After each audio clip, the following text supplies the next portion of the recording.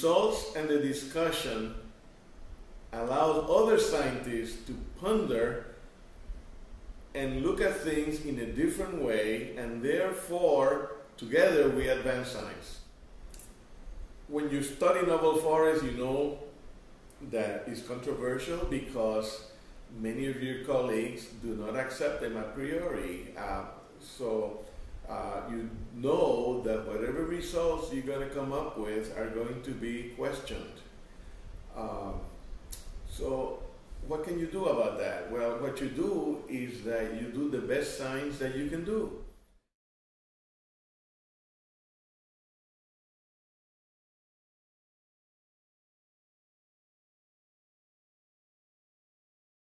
Basically, the controversy rests on the fundamental assumption that introduced species are somehow inferior to native species. But in science, you know, data speaks. And so you collect the data, you collect it correctly, you interpret the data, and you interpret it the same way that you would interpret data from some other place, and you lay it out and you present it.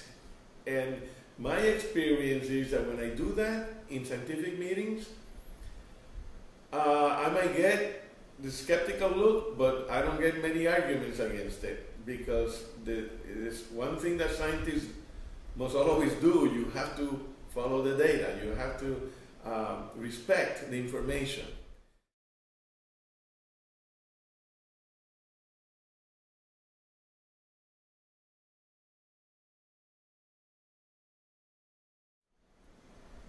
The science that you do with novel systems is legitimate science.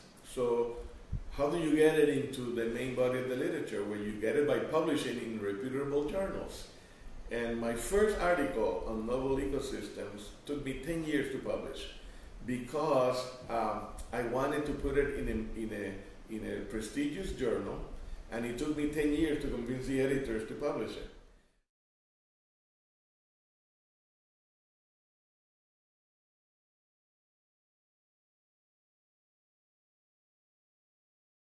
The public is very much aware of which are the environmental issues, the conservation issues, and so there's a lot of pressure for us to be articulate and to share with the public as quickly as possible the results of our research. And that's where how you present your data becomes important. And also in my particular field, it is easy to show pictures to people. You know, when you show a person a picture of a deforested piece of land, and then the same place 30 years later with a forest on it, you know, is impressive. You know, pictures are good for speaking to the public, and it gives you a segue to talk about the processes that might resulted in that forest being there when something else was there 30 years ago.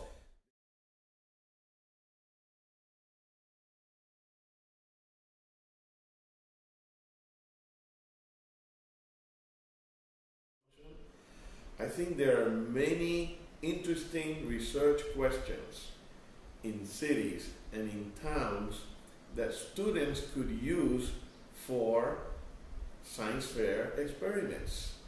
Just describing these ecosystems and listing their adaptations and how they mutually interact with humans and mutually derive benefits, I think those are grand opportunities for science fairs. Visit the Natural Enquirer website for more information. There you can learn more about how to explain your results and interpret them.